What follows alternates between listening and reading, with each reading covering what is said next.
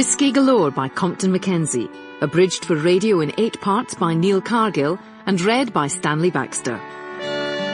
Part 1. The Sergeant Major's Return.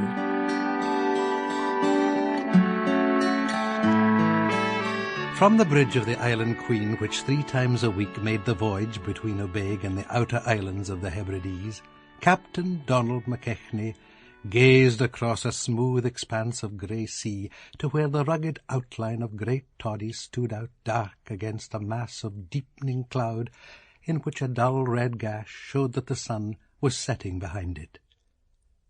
Captain McKechnie muttered an order in Gaelic to the steersman, and the mail-boat changed her course. Presently the low green land and white beaches of Little Toddy appeared west of the larger island, and the mail-boat made a sweep to enter the coulish, the strait of water 2 miles wide, which separated the 2 Toddies from each other. It was a Saturday afternoon towards the end of February in the year 1943, and this was the first time for a week that the boat had been able to call at Snorbig, the little harbour in Great Toddy, which served the 2 islands. There's some dirty weather coming," Captain McKechnie piped with a baleful glance at the heavy sky lowering over the Atlantic. At this moment the trim soldierly figure of Sergeant Major Alfred Ernest Odd appeared in the doorway of the bridge-house.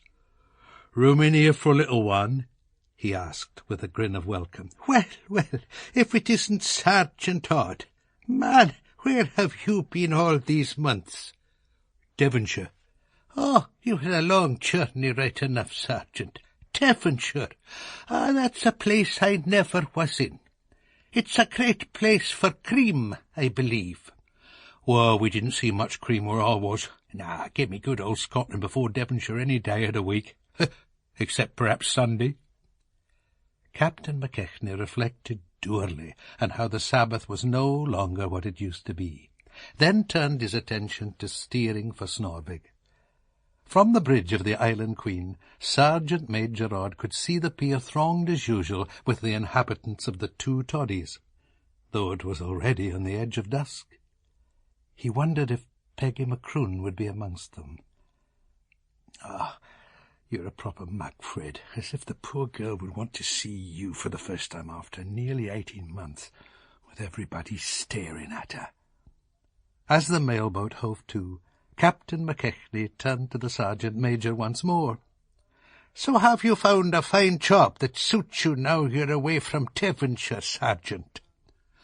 "Colonel Lindsay Wolseley's got me back at last, as PSI with his—" "What's PSI at all?" the skipper interjected.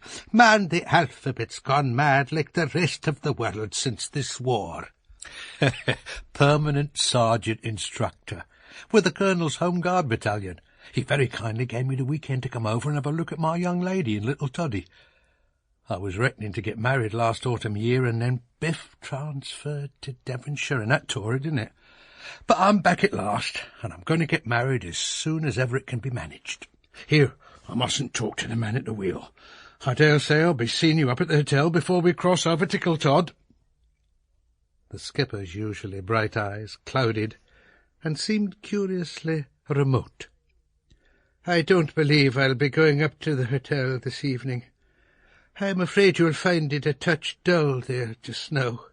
"I won't find it dull. I'm looking forward to seeing a lot of old friends and having a jolly good Jock and Doris, as you call it, to celebrate getting back to the 2 tightest islands in the world." "Well, Sergeant," the captain said sadly, "right now they're not very tight at all." Sergeant Major Odd puzzled for a moment over this remark. Then his attention turned to the pier, crowded with familiar figures, among them his future father-in-law in his knitted red cap. He noticed the movements of the postmaster and leading merchant of Kiltod seemed less quick than he remembered them, and his grey moustache, usually so trim, was slightly ragged. If Sergeant Major Odd had not been so acutely conscious of the 20 years' difference between his own age and that of his prospective wife, he would have said that Joseph Macroon had grown appreciably older during these last 18 months. Sample complete. Ready to continue?